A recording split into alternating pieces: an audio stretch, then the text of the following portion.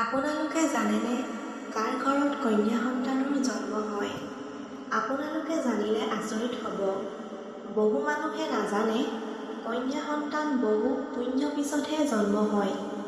কিছুমান মানুহে ভাবে কন্যা সন্তান জন্ম হ'লে তেওঁলোকৰ সংসাৰত উন্নতি নহয়।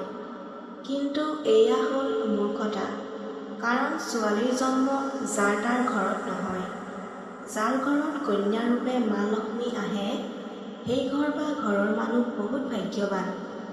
সেইবাবে আজি কথা পাতিম কেনেকুৱা ঘৰ ভগৱানৰ পচন্দ আৰু কি পুণ্যৰ বাবে কন্যা সন্তানৰ জন্ম হয়। এবাৰ ভগৱান শ্ৰীকৃষ্ণক অৰ্জুনে সুধিছিল, কি কৰ্মৰ ফলত এখন গৃহত কন্যা সন্তানৰ প্ৰাপ্তি হয়? তেতিয়া ভগৱান শ্ৰীকৃষ্ণই উত্তৰ দিছিল, যদি কোনো পৰিয়ালত ভাগ্যৰ ফলত পুত্ৰ সন্তান প্ৰাপ্তি হ'ব পাৰে, তেন্তে সৌভাগ্যৰ ফলতহে কোনো গৃহত কন্যা সন্তানৰ প্ৰাপ্তি হয়। যি সমস্ত পুৰুষ আৰু নাৰী পূৰ্বজন্মত অধিক পুণ্য সঞ্চিত কৰে, তেওঁলোকেহে কন্যা সন্তানৰ মা পিতা হোৱাৰ সৌভাগ্য প্ৰাপ্তি কৰে। কন্যা সন্তান সেই গৃহতে জন্ম হয় যি গৃহই কন্যাৰ ভাৰ সন্তুলিত কৰি ৰাখিব পাৰে। লগতে তেওঁ কৈছিল, হে অৰ্জুন, যিদিনা সৃষ্টিত কন্যা সন্তান জন্ম বন্ধ হ'ব, সিদিনা সৃষ্টি ধাৰাসায়ী হ'ব আৰু লাহে লাহে সৃষ্টি নিস্তব্ধ হৈ যাব। বহুতে ভাবে যে ছোৱালী সন্তানে বেছি পঢ়া শুনা কৰি কি হ'ব, তাতোকৈ সোনকালে বিয়া দিয়া ভাল, যি এক সম্পূৰ্ণ মিছা আৰু ভ্ৰান্ত ধাৰণা। এবাৰ চিন্তা কৰক, এজন মানুহৰ মনত কিমান আশা থাকে যে তেওঁ এইটো কৰিব, সেইটো কৰিব, ডাঙৰ হৈ কি হ'ব আদি ইত্যাদি।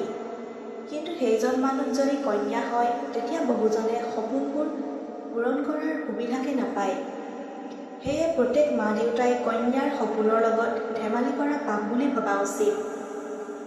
এজন পুত্ৰতকৈ এজনী কন্যা সন্তানে নিজৰ মা দেউতাৰ কথা অলপ হ'লেও বেছিকৈ ভাবে, চিন্তা কৰে। সেয়ে কন্যা সন্তানৰ জন্ম হ'লে সেই গৃহই কন্যা জন্মৰ দিনটো এক উৎসৱ হিচাপে পালন কৰা উচিত। কিয়নো এজনী কন্যা কেতিয়াও নিজৰ দেউতাৰ বোজা নহয়, দেউতাৰ সৌভাগ্যহে।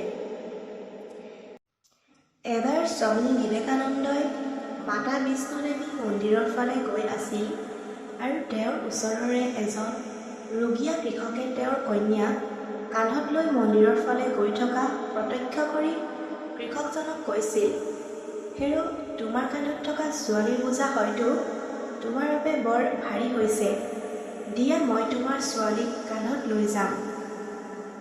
তেতিয়া সেই ৰুগীয়া কৃষকে স্বামীক উত্তৰ দিছিল, কন্যা কেতিয়াও দেউতাকৰ কান্ধৰ বোজা নহয়।